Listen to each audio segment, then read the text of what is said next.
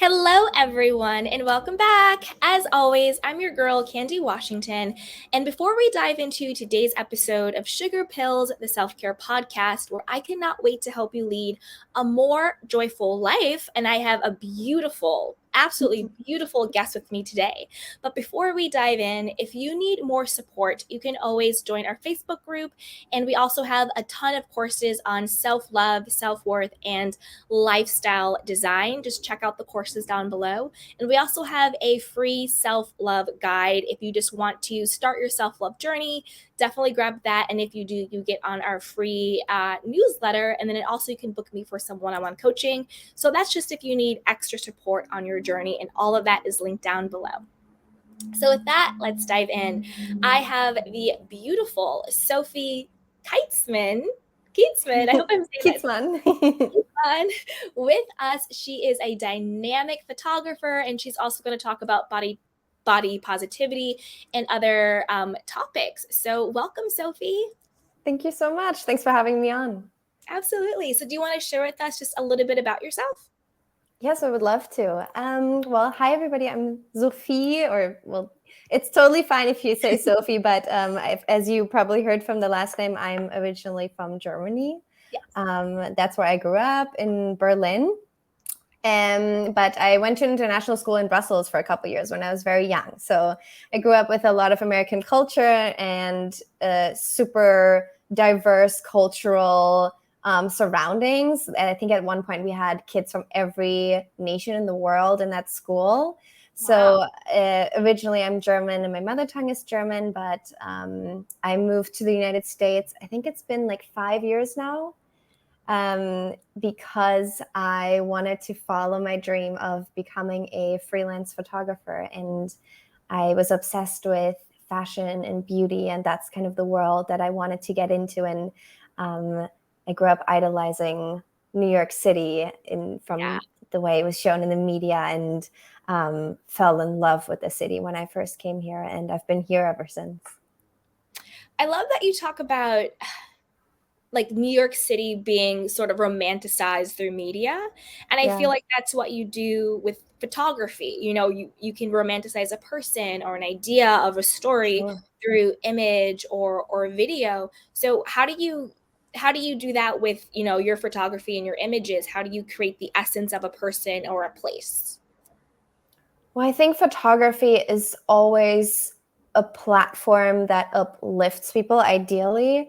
And in combination with media, it kind of elevates a person, especially the way that we photograph people, the way we consume advertisement, commercials, and stuff like that. It's always this idea of having a person and putting them on a pedestal almost, which can have really amazing benefits, but also, you know, negative connotations if it's done in a toxic way, which I became aware of very quickly when I started working in the commercial industry. And I think in my own photography, I wanted to use that as a tool for myself and for the people that I felt like, you know, I should have seen more of when I was growing up, people that I think we should be seeing more of when it comes to true representation. And I think photography is an amazing tool for that because, you know, we consume so many visuals on the day-to-day. And if we can see people that we can identify ourselves with, even in their like perfect imperfections, that's like a great platform. And that's a great, you know, I think that's like the positive side of romanticizing or empowering somebody visually. Yeah. And do you want to talk more about representation in media and in photography? Because I think, like, for me, when I think about representation, I think it's beyond the image and seeing it. I think it's you know, like you're the person who's the photographer, you're the executive, you're the boss, you're the director or whatever, that actually represents the target audience, if that makes sense. Because I know, like, when you think about different advertisings, like what happened with like Kylie Jenner and the whole tone deaf thing with Pepsi, and it was like giving it to like a police officer. That was really weird. I know Dove has had some real tone deaf advertisements and things like that. And I think what it boils down to is that the people at the top don't actually represent the audience that they're trying to Yes. market to. And then that's where there's that disconnect, you know? So, what do you think about representation, and how do you define it for yourself? I think that was a great example. I think right now we're in this stage in the industry where for the longest time, it was so one note, one type of Mhm. person, one type of woman, one type of body, one type of skin color, one type of age, that was put on a pedestal in order to create this kind of um, commercial ambiguity almost, where oh, if you buy this product, you'll be a little bit closer to this person that is special somehow. Right. And then that shifted because consumers were really getting tired of it, and we were starting to recognize the toxicity that it was creating in the pattern of our societies and our societal structures. And then the consumer kind of, now we want to see people that make us feel good about ourselves, and brands were catching on to that.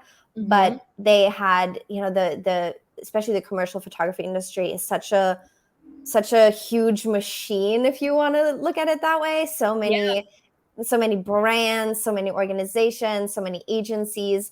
There are these like old ancient machines, like well-oiled machines that have established themselves in this like hierarchical structure that works really well for them, and where they have been able to hold a lot of power over so many Mhm. people for so long.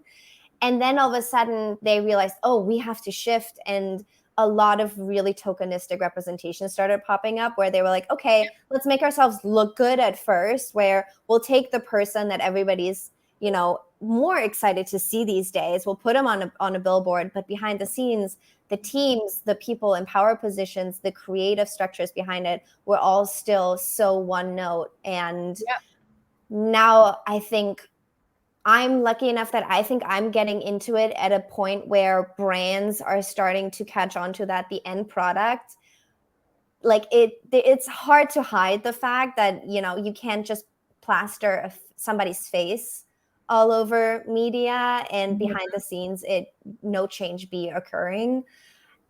So I think I'm really lucky that now I work with a lot of brands that understand that diversifying the creative team is just as Exactly. important, because when you think about it, like imagine being a model on a commercial set for a campaign. You're standing in front of the camera. Well, the thing that the consumers don't see is that like in that room, there's sometimes like up to 80 faces staring at this Mhm. person and working around this person. And all of that creates a sort of tone in the room. And I think ultimately the way that the images are being created, the way that the person feels while they're being photographed, and the whole production of the end product, which is the campaign, really reflects literally every single person in the room. Like I started to realize that a couple years ago, where from the person that does the nails to the art director to the way the agent is treating their models, like all of these people have an effect on what we end up projecting into the world that thousands of consumers end up seeing, sometimes millions of people.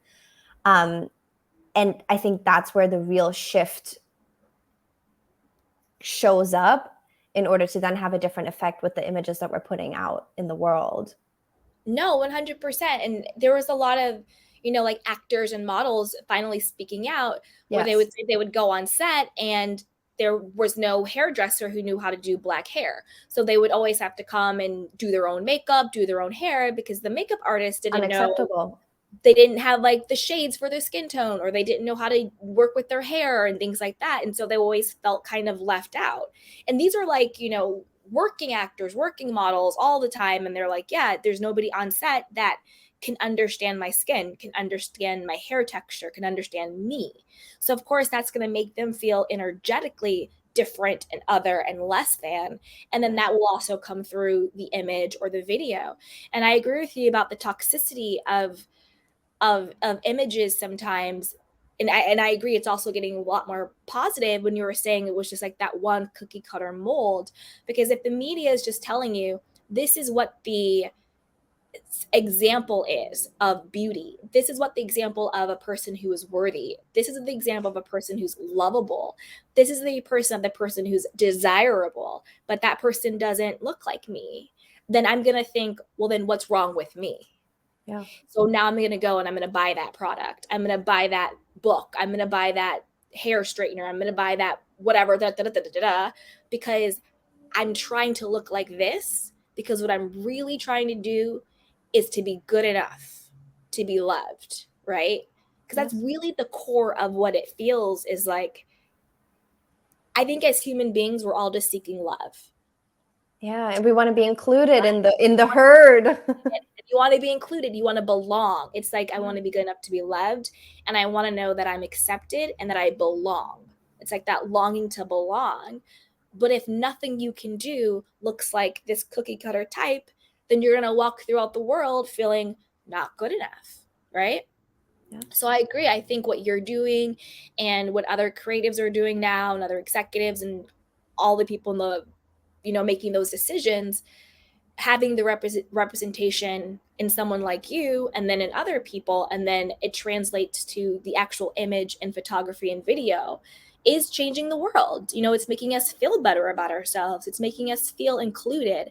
And it also makes us feel that like we are uniquely accepted. We don't have to look like a cookie cutter person, right? Oh, somebody looks like me is lovable.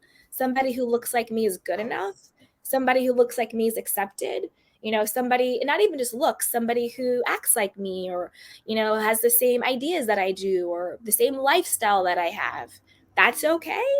And I think that is what really heals us as humans, because it makes us feel less alone and less separate and more lovable in our own uniqueness, because it's okay just to be who you are. You don't have to look like anybody else or be anything other than just, who you're made to be. So I think what you're doing is really, really beautiful and really, really impactful. So do you want to talk about maybe one of your favorite shoots that you've done, one of your favorite campaigns, or anything that you worked on that really brought you joy? Let me think about it real quick. Yeah. Recently, I did a collaboration with the Sage Center here in New York City. The Sage Center is an organization for LGBTQ elderlies. Oh, I love that. Yes, they. I think they were established in the 70s from people within the community for people in the community, because even just a generation ago, 2 generations ago, people from our community had basically no access to healthcare systems, no access to any governmental structures, whether it came to housing units or caretakers or whatever it was. So there was really a need within the community for people to show up for each other. And now this organization has grown into a nationwide, huge organization that is so interconnected in all of the what's called like the social structures, and they have housing units, soup kitchens, they do teaching classes, they have volunteer systems for buddy systems where you can go in and spend time with the elderlies and stuff. And I kind of found them by accident because I didn't know it was an elderly center, and I showed up one day with a friend for an event and they were like, "You're not exactly 60 plus, But I was standing there, and at the time I had like a buzzed head and bleached hair, so like white hair, and there was this older lesbian woman standing there, and she had the exact same haircut but naturally white. I love and it. She was like, "I love your hair," and I was like, "I love your hair." And I was standing there, and it was that interaction where I was like, "Oh, I don't have any people in my life from my own community that are older, that are significantly older than me." And that's kind of what really drew my attention to them. And I started, in their volunteer section.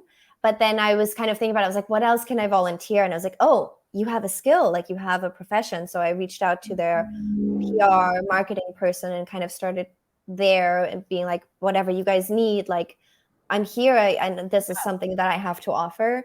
And we ended up doing a project that's kind of an ongoing project where we would go in. This was right after the pandemic, because it got postponed for like 2 years, because they had to shut everything down publicly, Yeah. which I imagine must have been very isolating, especially for the elderly people there.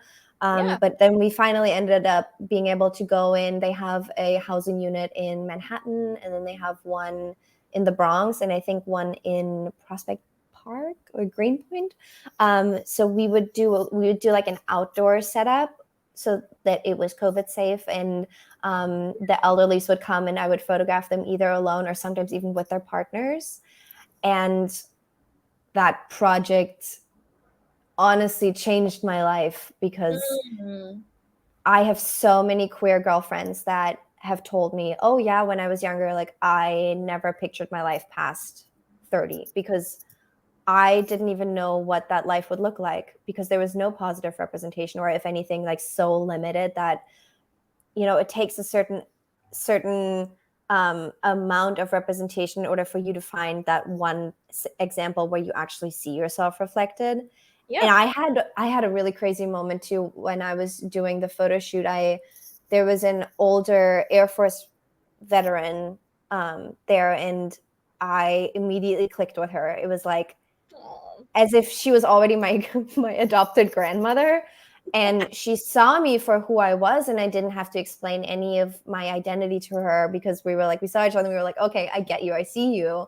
Yeah. And I realized that I didn't know I was lacking that kind of experience and interaction until I had it in my life. And it somehow, it like really healed a part of myself internally. And now I feel like I have, because like my whole family lives in Germany abroad, so now I have all of these like pseudo adopted lesbian and gay and trans grandmas and grandpas.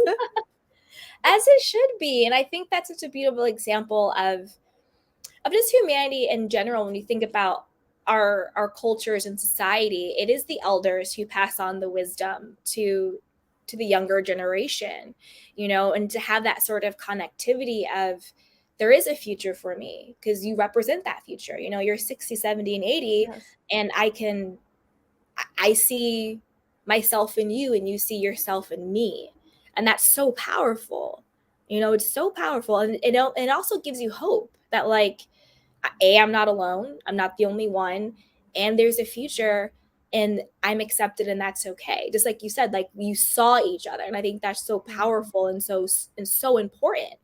And I see that your pronouns are they, them.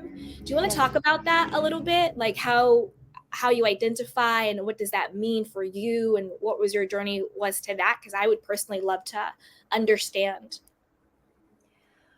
It was definitely a journey. At first, I started using she, they pronouns, Okay. because after I moved to New York City, was the first time that I was really immersed in the queer community.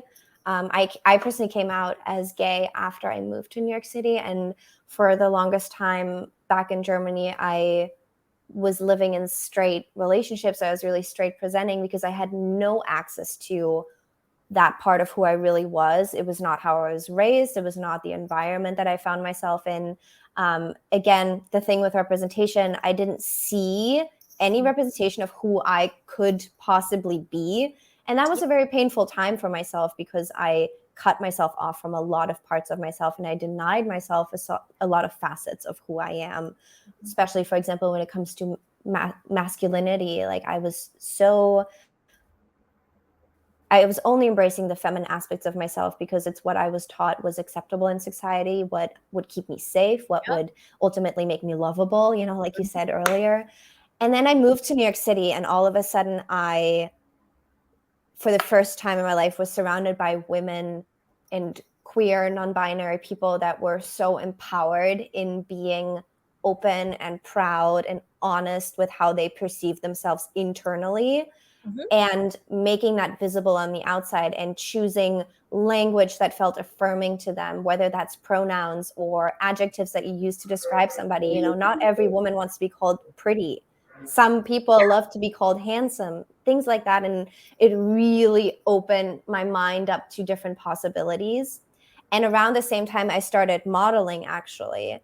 And I got signed to this really amazing modeling agency that has a gender fluid board, and they're super diverse, super inclusive, and very protective of the integrity of the identities of their talents. Yeah. Because it's such a vulnerable position, and sometimes you never know what kind of set you're going to walk in on, and if people are going to be at all educated about how to hold space for different identities. Mm-hmm. And it was that's kind of where it started for me, where I was walking into rooms where I realized that there was a lot of ignorance towards identities, and there was just like, I would walk in and so many assumptions would be made about you right away, just off the bat, off of what they saw on paper about you, or even just you walk in, you have a pretty face, oh, here's your pink lipstick, those kind of things. And I really felt like I needed a language and I needed a statement about who I perceive myself to be in order to be seen more and recognized more. And using they, them pronouns, or using gender neutral language made me feel safe in those spaces. And I know there's a lot of different reasonings behind people identifying either as non-binary or using non-binary pronouns. That's kind of how it started for me. It's a difficult thing for me because in my mother tongue, there isn't even the language for non-binary people, really. A lot of people in Germany right now, they're reverting to the English language when they try to talk about their identities, because they, them in German is the same as she, her singular, and she, her plural is the same. Wow. So they're really trying to figure that out, and language is so powerful, and very powerful. I think I'm lucky enough where, I live here and my community is here, my chosen family is here. So it felt like an easy choice to make. It's a little bit of a different story when I go back home, that's something I'm still trying to figure out for sure. Yeah. And it's funny because when you said go back home, I know you're talking about Germany, but I think it's actually a metaphor for a lot of times when we feel that, and chosen family as well, when we sort of leave our nuclear family and we step out into the world, and we can become who we actually are, without criticism or judgment or feeling like it's unsafe. Because a lot of times people going back home, even like in the States, it's unsafe. They can't be home and they have other chosen families. Like there's a lot of, queer or LGBTQIA or non-binary, individuals who their homes in the United States aren't safe. So even going back home, it's not safe to talk about it, but when they step out of it and they have their chosen family, it is the place where they can be who they are and feel safe and feel seen and feel validated and accepted for their, uniqueness of being their own individual human being. So I think it's really interesting, the home and the chosen family language, whether it's a country or whether it's Texas or down the street somewhere, you never know. No disrespect to Texas. The home within ourselves too, isn't it? And also the home within ourselves, 100%. Because I also think a lot of times, whether it's identity or sexuality or race or gender or whatever the case may be, you're 100% correct. Sometimes even our home within ourselves aren't safe because we haven't learned to love ourselves and honor ourselves and validate ourselves. And that's why the work we do with like self-love and self-care is so important, because it's a return to home within yourself of I am okay and I am enough. And I think sometimes the hardest person to convince to accept you is yourself. Absolutely. Oh my God, 100%. Yeah. 100%. I've been saying recently to some of my friends when I talk about healing, a lot of the experiences I've been making over the last couple of years have felt like a homecoming. And I actually do use that word, it's like you walk yourself home because you go back and you pick up the parts of yourself that you once had to leave behind because it was the only way you understood to keep yourself safe. But then, now we have the power to look back and realize that doesn't serve us anymore, and that it leaves us compartmentalized within ourselves, Yes. And nobody deserves to have to do that ever. No. And it's like you were saying at the very beginning that, you had to shut down different aspects of yourself, and you were only allowing yourself to, partake in like feminine things about yourself, but not the masculine things and other aspects of yourself. And if you think of yourself as a home, you should be able to open any door and walk into that room, walk into your Yes. masculinity, walk into your femininity, walk into your duality or whatever it is, and have that room be a safe room in your house too, to go and play in and explore and try new things. So I and speaking of that, how do you define masculine and feminine energy, or just how you feel about the two different things, or how do they work together? I don't even know if I have an answer to that. It just popped in my head while we were talking. You know what? I don't know if I have an answer to that either. Either, yeah. Especially talking to my transgender friends and colleagues, every time I have a conversation around masculinity, femininity, the way that I perceive them, I am so in awe of the way that they perceive it, their definition of it, and I realize that the only language I have, the only reference points I have are these societal structures that I was raised with. And like the things that we typically define as feminine and masculine, or at most maybe recognizing like my parents' inner children within myself. So like the little boy that my father was, I can somehow feel within myself. The little girl that my mother was, I can find within myself, because a lot of the ways that they operated and the way that they raised me and the way that they taught me love and existence in our societal structures came from their own inner children as well, and the way that they learned to fit in and be certain parts of who they had access to within themselves. Yeah. So a lot of my healing journey and a lot of my non-binary identity was a process of remembrance of, finding my own inner child that is masculine and feminine within myself, but then also, where I come from and the people that raised me.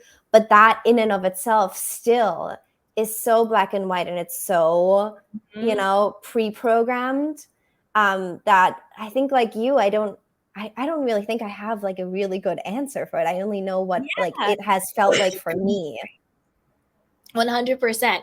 And I also think sometimes it's hard because there's a difference between like identity, like how do you identify, versus gender versus sexuality. And I think a lot of times people get them intertwined, or they interchange them, or they're confused by them, but they're such different and specific things. And also when it comes to like feminine and like masculinity, like to me, when I think about it, the energies, I try to use them as tools. I have and I think every single human being has feminine energy and masculine energy. And if we sort of open up to what that could be, we can use them as different tools. Like there's attributes of masculine energy, but when I say that, I don't think like man. I just think what are the attributes of masculine, which is like, being assertive or being in a position of authority or putting things out there. And then the divine feminine energy, it's being a receiver and being open and sitting in your wisdom and having like your womb energy. But a man can have that too, or non-binary or whatever. Like I feel like we all have it. And so I sort of look at it as, what is the situation I'm in? Like right now as I'm talking right now, I'm in my masculine, right? Because I'm trying to talk from a place of authority. I'm sharing, I'm talking, I'm being here, I'm being present, and I'm sharing this, and this. I'm in my masculine energy. But when you're talking, I switch. I'm in my feminine energy because I'm receiving you. I'm holding space for you. I'm listening to you. I'm submitting, and not in like the negative ways. So I kind of look at the energies as what are the attributes of them and how can I use them as positive tools in my life. But I think every human being has access to it. But I think it goes back to what you were saying earlier with like the negative parts about media, where we're taught this is what a man is, this is what a woman is. And then we get confused and we lose and we get sort of conditioned to think of it as only one way or only one thing, or this is what this means, that we sort of cut ourselves short and we don't tap into the power of your divine masculine and your divine feminine that I think every human being has access to because of toxic messaging around what does it mean to be a man? What does it mean to be a woman? What's right? What's wrong? And it gets really muddled, you know, and that's why you have the people who are so stifled, where it's like what it means to be a man or what it means to be a woman or what it means to be non-binary or whatever the case may be. It's so beautiful and so unique and individual, and it's whatever it is to you. You know, nobody else has the authority to tell me what it means to be a woman. You know what I mean? I decide what it means to be a woman. You know, I get to decide how I express myself, you know?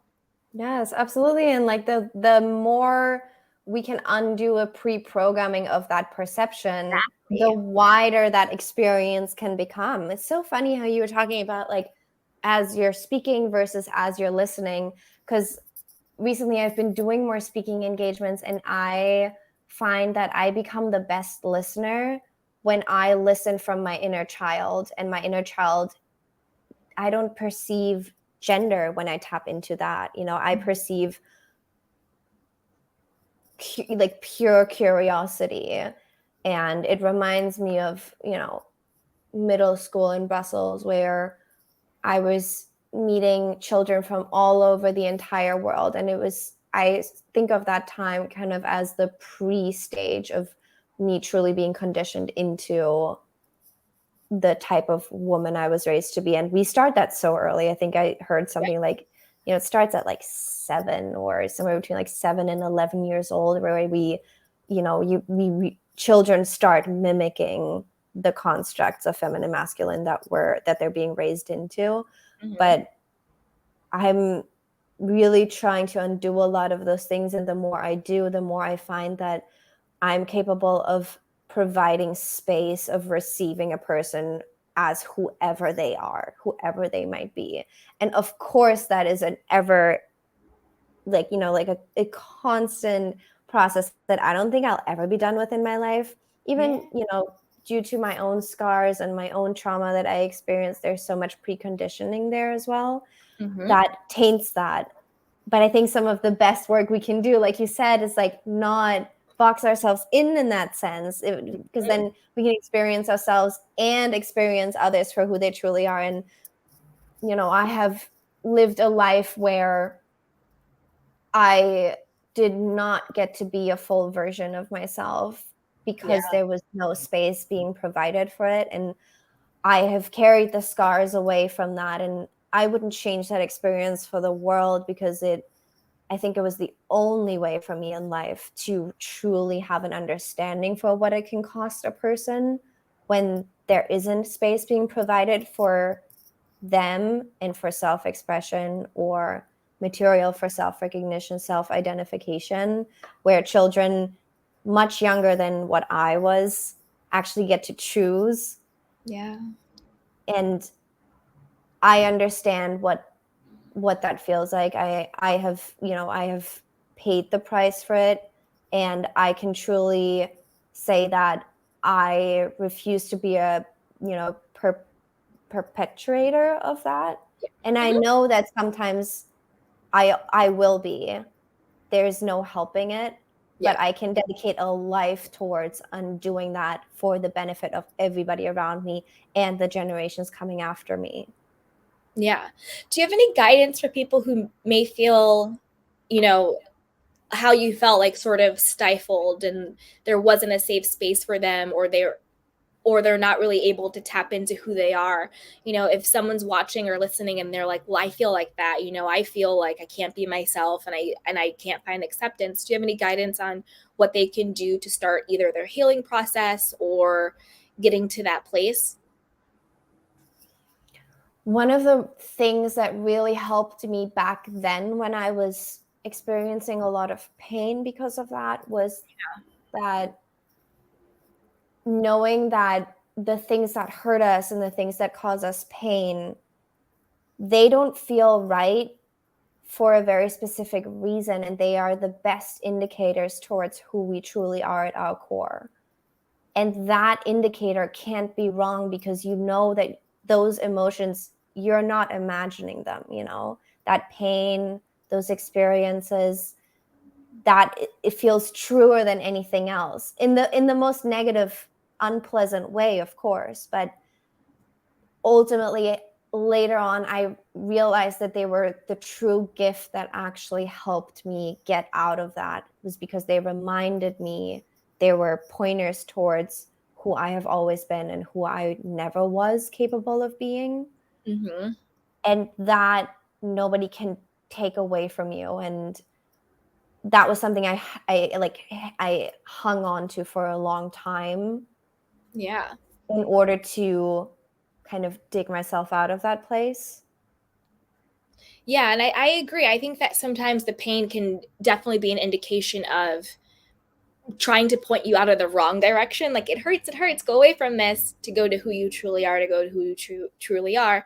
So I think if people are experiencing that, I think, just like you said, a lot of things, like, one, you could reach out to maybe like a therapist or a counselor, yes, even a spiritual guide or a religious person, if that's what people believe in. There's all types of ways to get help and to get someone to talk to.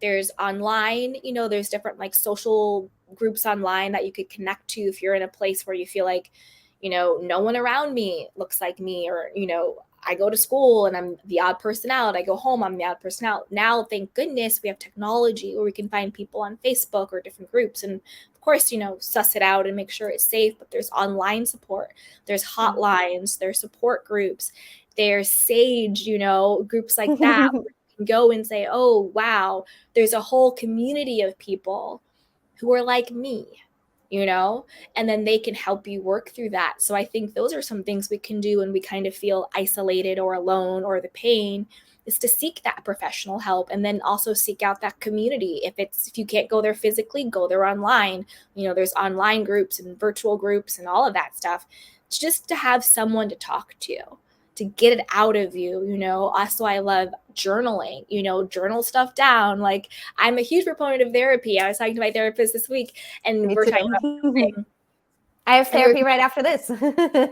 yeah. So I'm a huge proponent of therapy, and she was like, Candy, you think you need to journal that one this week? And I was like, all right. Yeah, she was like, I think you might want to journal that one out. And then I was like, all right, I'm on my bullshit. Like, you know what I mean? I'm on some bullshit. Calling me out on it. I'm gonna journal it this week, so it's good. You're like, let me just get my ballpoint pen. Here we go. Like, okay, so I'm regressing right now. Got it.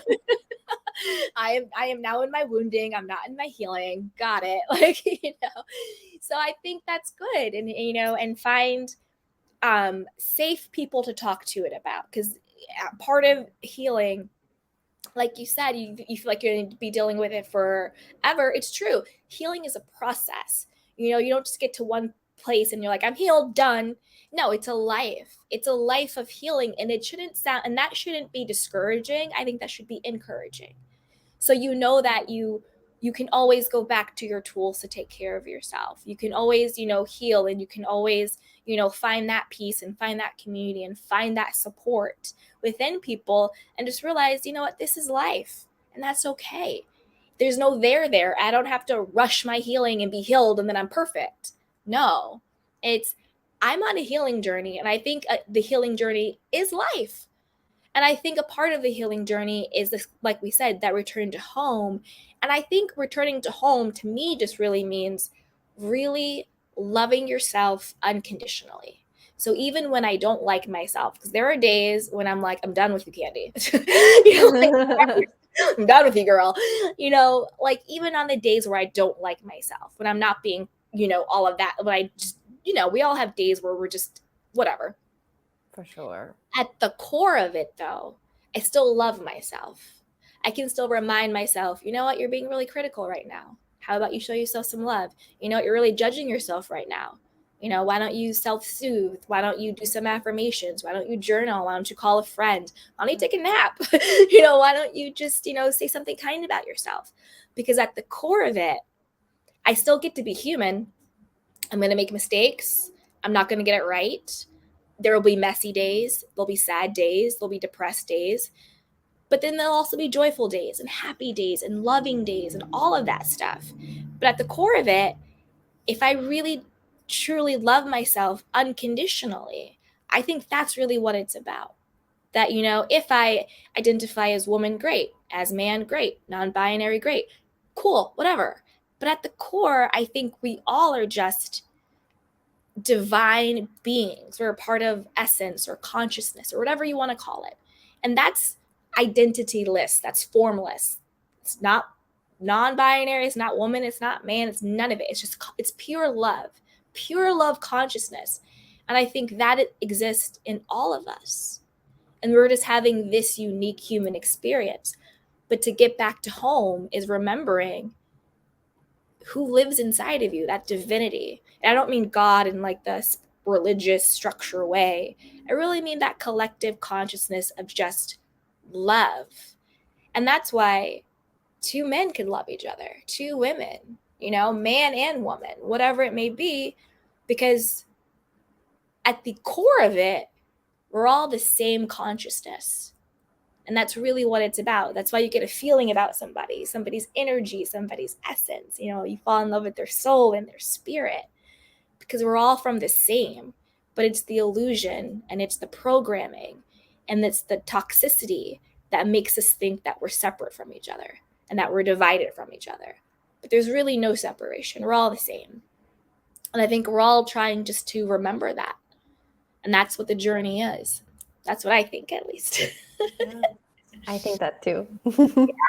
I think that too. Absolutely. Yeah, absolutely. Like how they say, like, you are not emotions, you have emotions. And I think all of the highest highs and the lowest lows of life, again, they're just pointers towards that underlying current that is always consistent. That is that like coming home to yourself. And a way to get through those really low lows is to remind yourself, even though I am in this, even though I am experiencing this thing,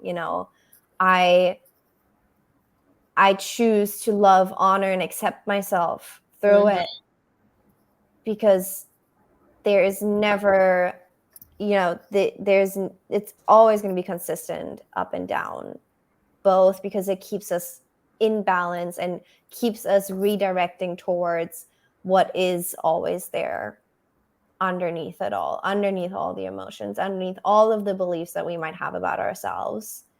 And that, to me, is the biggest comfort that I have come to know in my life, No, I agree with you. And it's like you said, you're feeling your emotions aren't you. You have your emotions. And I used to struggle with, I used to be very, very codependent.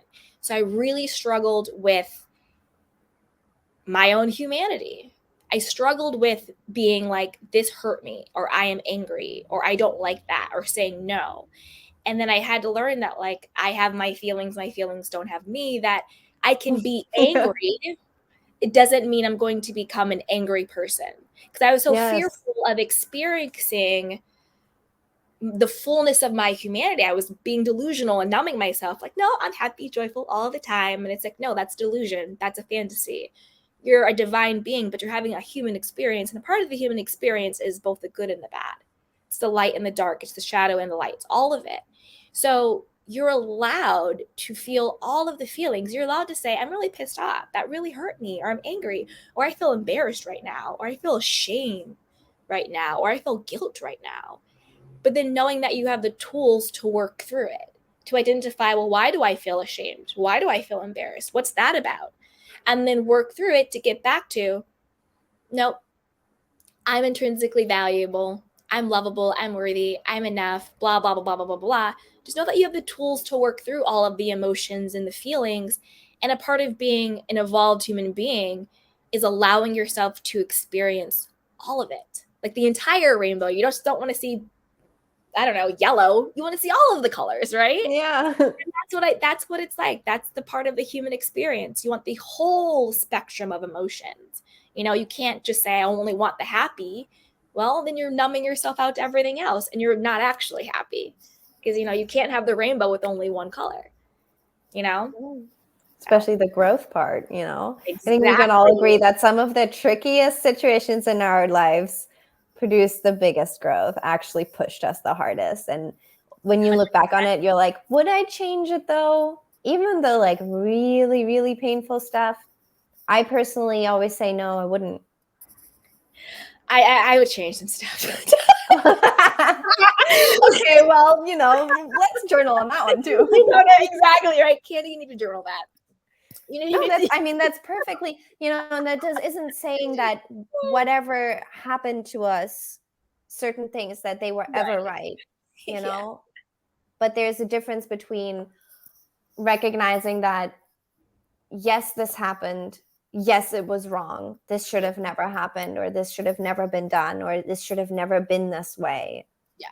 And still, I can look back on it and for my own personal sake, I can say that I can still choose to be at peace with it, because that is where you take your power back.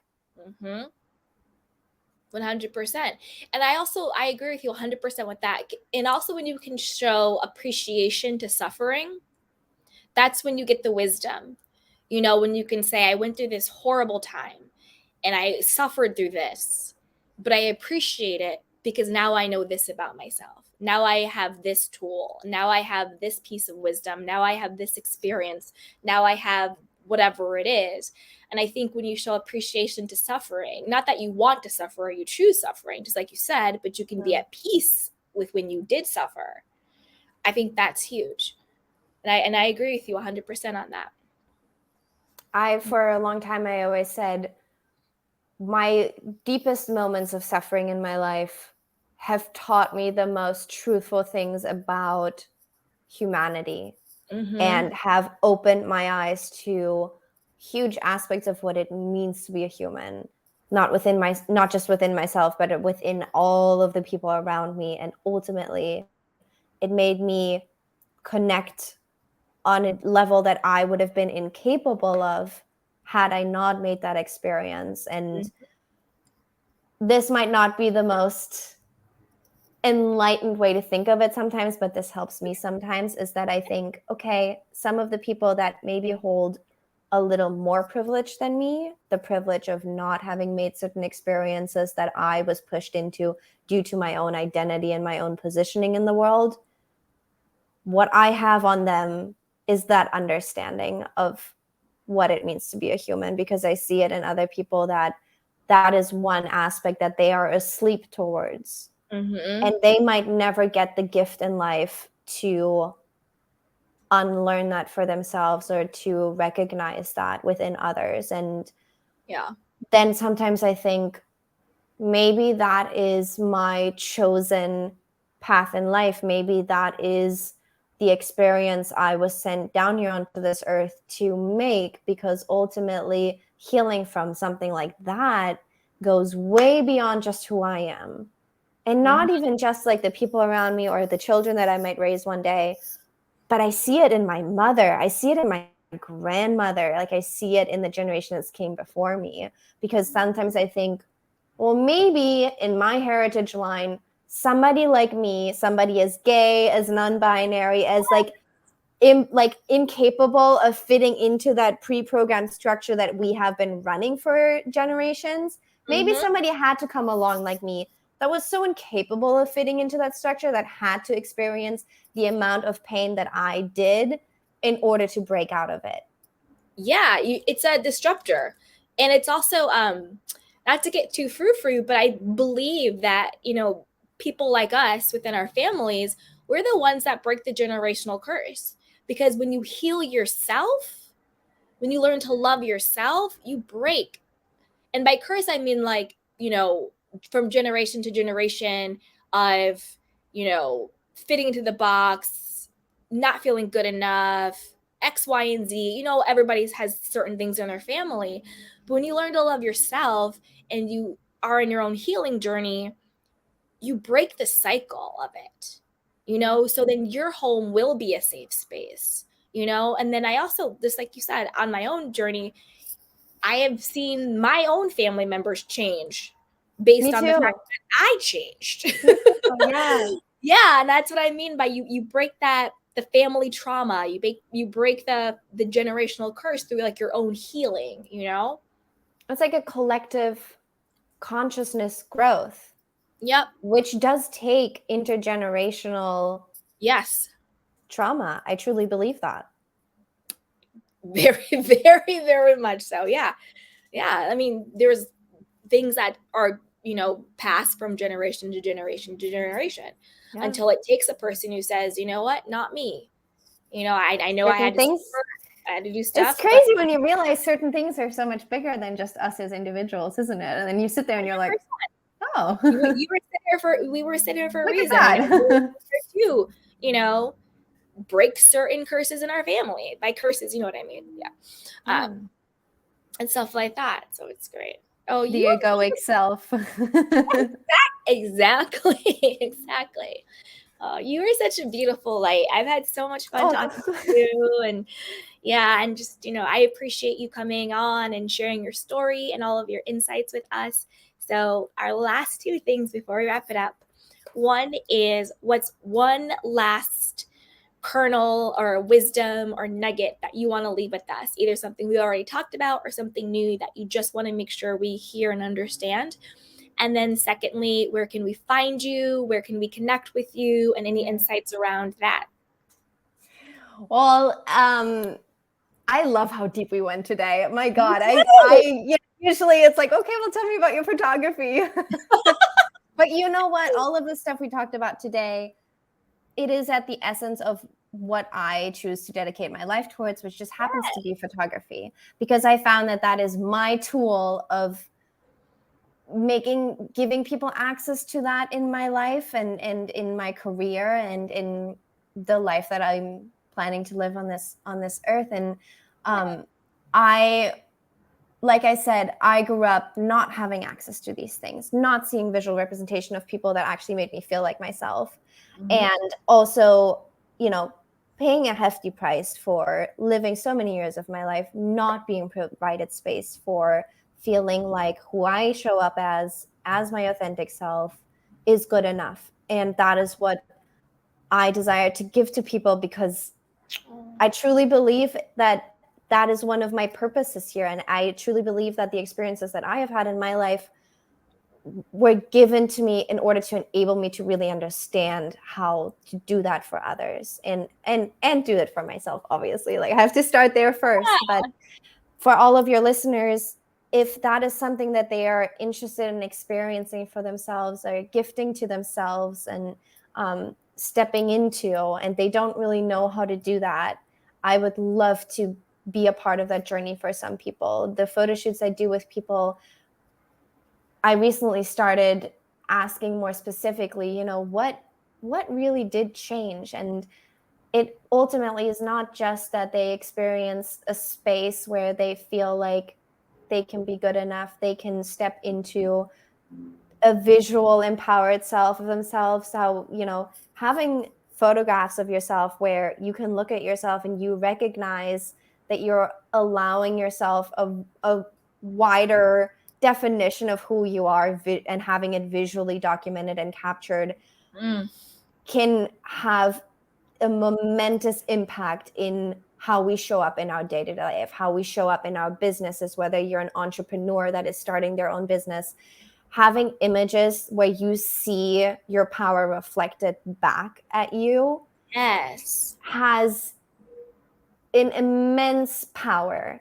And I want to gift that to people. I want to enable people to step into that. So if that is something people are interested in, they might just not know how to find access to that. I would love it if people reach out to me. And Instagram is always a great place where I show a lot of depth of what that process looks like.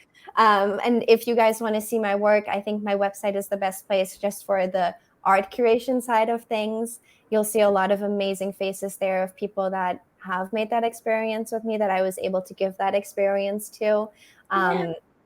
And yeah, overall, just creating this safe space that ultimately, I think the art itself will give you a little bit of a glimpse at what it must feel like, because I think it really does show in a person in the way that I am gifted access to them and ultimately am able to capture them. That takes a two-way street, and that is what we're interested in creating for literally everybody that wants it.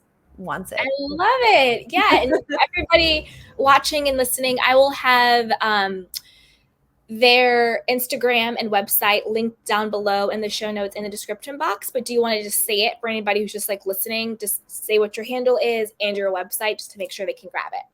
Yes, it's very easy. It's literally just my first name and my last name. On Instagram, it's just Sophie Kietzmann.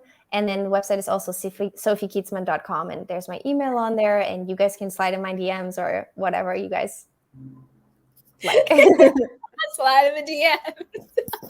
Slide in. Slide right on in. Come say hi to me. I love it. I love it. Oh, thank you so much. This has been such a wonderful, beautiful time together. And I know everybody listening and watching, you got so much out of this discussion, just about coming back to home, homecoming, that yes. Who you are, uniquely, imperfectly perfect is enough. You're worthy of love and you're here for a reason. And that reason is to remember your divinity. So thank you so, so much. And also, you guys, don't forget before you head out, if you need more support, we have tons of self-love and self-care and lifestyle design courses down below. You can also book some one-on-one time with me, join our free newsletter, and pick up your free self-love guide as well. Be sure to subscribe to the channel. Also, follow us on all of our podcast platforms. Like the video if you're watching, and leave it and rate and review if you're listening on the podcast platforms. I love you guys. And as always, take care of yourself and each other. I love you. Bye. Bye. Thank you, Candy. Thank you. Hold on. Welcome to Sugar Pills, a practical guide to self-care, where your host, writer, actor, and producer Candy Washington helps you live a more joyful life with a cheeky dash of pop culture news. Be sure to subscribe, leave a 5-star review, and join the conversation on Instagram @Candy Washington. Let's go.